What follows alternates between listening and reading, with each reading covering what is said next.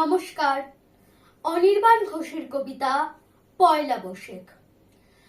চারিদিক কৃষ্ণচূড়ায় রঙিন হয়ে উঠছে সেজে, নীলাকাশ হারিয়ে যাবার বার্তা ছড়ায় মেঘ মুলুকে। ওঠে যেই মেলার মাঠে গাজন পাল্লার বাজনা বেজে, সে সময় আলতো খুশির মিষ্টি আলো খোকার মুখে।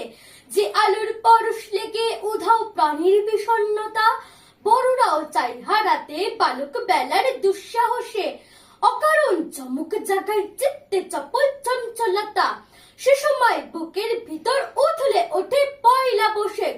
সকালের অমল আলোর আলতো আভায় রং মিশিয়ে, যেন কোন নাম না জানা শিল্পী কোমল দৃশ্য আঁকে। মন তার স্বপ্ন মাখা ছোট্ট পাখায় উড়াল দিয়ে, যেতে চাই দূর বহুদূর মন কেমনের পথের বাঁকে। কার মন হারিয়ে যাবে কেউ জানে না কোথায় কখন, হিসেবের খাতায় তখন লাভকে বসে অঙ্ক কষে।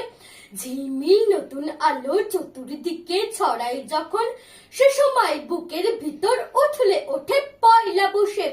হাতে কার মিষ্টি ও ফল সাজিয়ে রাখা পুজোর ডালা, হাতে কার টুকটুকে লাল খাতায় সিঁদুর চিহ্ন আঁকা।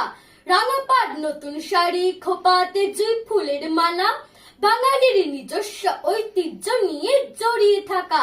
বাতাসের আলতো ছোঁয়ায় গন্ধরাজের গন্ধ আসে, বাগিচায় টুপুস করে কনক চাপা পড়ছে খসে। যে সময় ব্যাকুল প্রাণে আকুল করা ছন্দ ভাসে, সে সময় বুকের ভিতর উথলে ওঠে পয়লা বৈশাখ। নমস্কার।